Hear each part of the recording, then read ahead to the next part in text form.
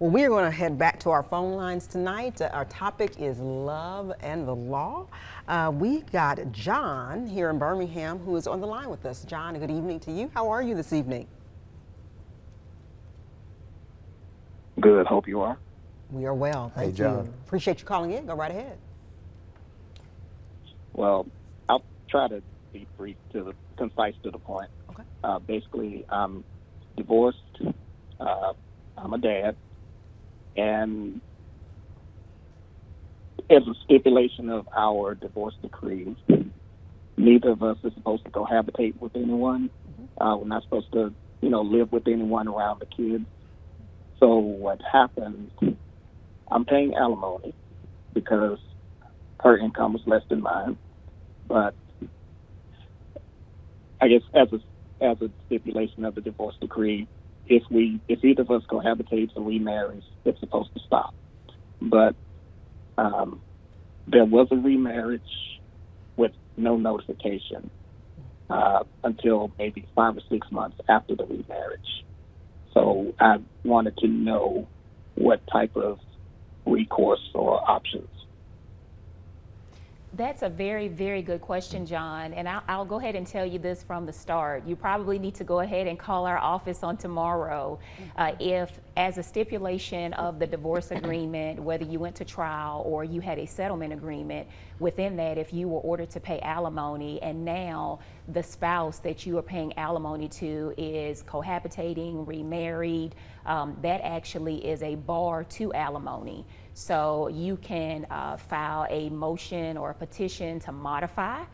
That's going to be a modification, and you would file it in the same court that did the divorce, stating that the circumstances have changed and that you no longer are to pay alimony. And that is a very good question. We have several of those cases right now that are going on where people are remarried and they're cohabitating. They don't tell the other spouse about it. They're receiving income from another person that is living with them, and they're married. So your alimony can stop because that is one of the bars. Can his the past alimony be refunded back to him? We can try to get that past alimony refunded back to him. Yes, we would have to show that there was some type of fraudulent activity on the other spouse's part, and we can pull her marital records, the certificate that you have when you get married, to try to get that money back. But he needs to file as quickly as possible because he knows about it now. Yes. So he needs to file. Yes. Well, Keisha, we talk about divorce agreements, but they're really court orders, right? Yes. And this is a judge telling you this is what you have to do. That's right. And if you don't do it, you're in violation of a court order, and judges aren't happy about that. They are not happy about that. And then that spouse who's ever in violation of that court order can be held in contempt, civil or criminal contempt, or both. Oh, wow. So you need to make sure that you are definitely compliant with that court order, whether that is paying child support, paying alimony, not abiding by the terms of that court order or settlement agreement. You can be held in contempt.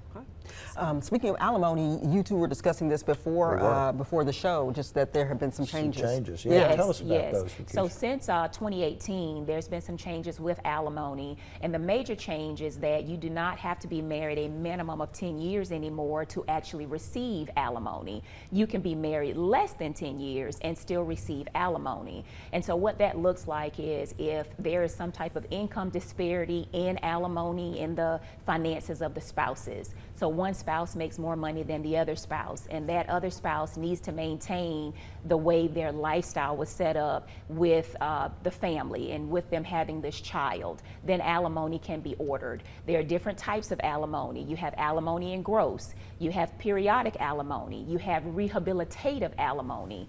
But the biggest change with alimony is that you don't have to be married a minimum of 10 years to receive it. You can be married less than 10 years and still receive alimony, but there has to be other factors that have to be met as well, as such as income disparity. One spouse makes more than the other, or one spouse was taking care of the bills totally for the household, and the wife does not have enough money to continue to take care of these bills, so she would need the other spouse's money to maintain that lifestyle. But there's no longer a 10-year provision with alimony. Real quick, you were talking about that change in the law, that change in the 10-year rule. Does the amount of time a spouse has been out of a job or out of a career matter in terms of how and how much alimony they may get? Because I could see a scenario, if you've been out of a career for 10 or 15 years, it's much more difficult to get back in versus if you've been out for a couple of years. Right, and that does matter. That amount of time does matter. If a person has been out of work for 10, 15, 20 years and it's harder to get back into the profession, then they probably will get a little more alimony, especially if they are the custodial parent of children. Right. But the courts do look at, I've had a situation where a spouse may try to quit their job so that they don't have to pay alimony or child support, and the courts can look at the capability of that person, and they'll look at when that job was dropped, you know, when did they quit. So you always try to recognize to see if this person is able-bodied, what are they capable of making, and what was their last income, you know, annual salary at that last job. Fair. That's right. Absolutely. That's Absolutely. right. Great question. Thank you so much for that. Thank you.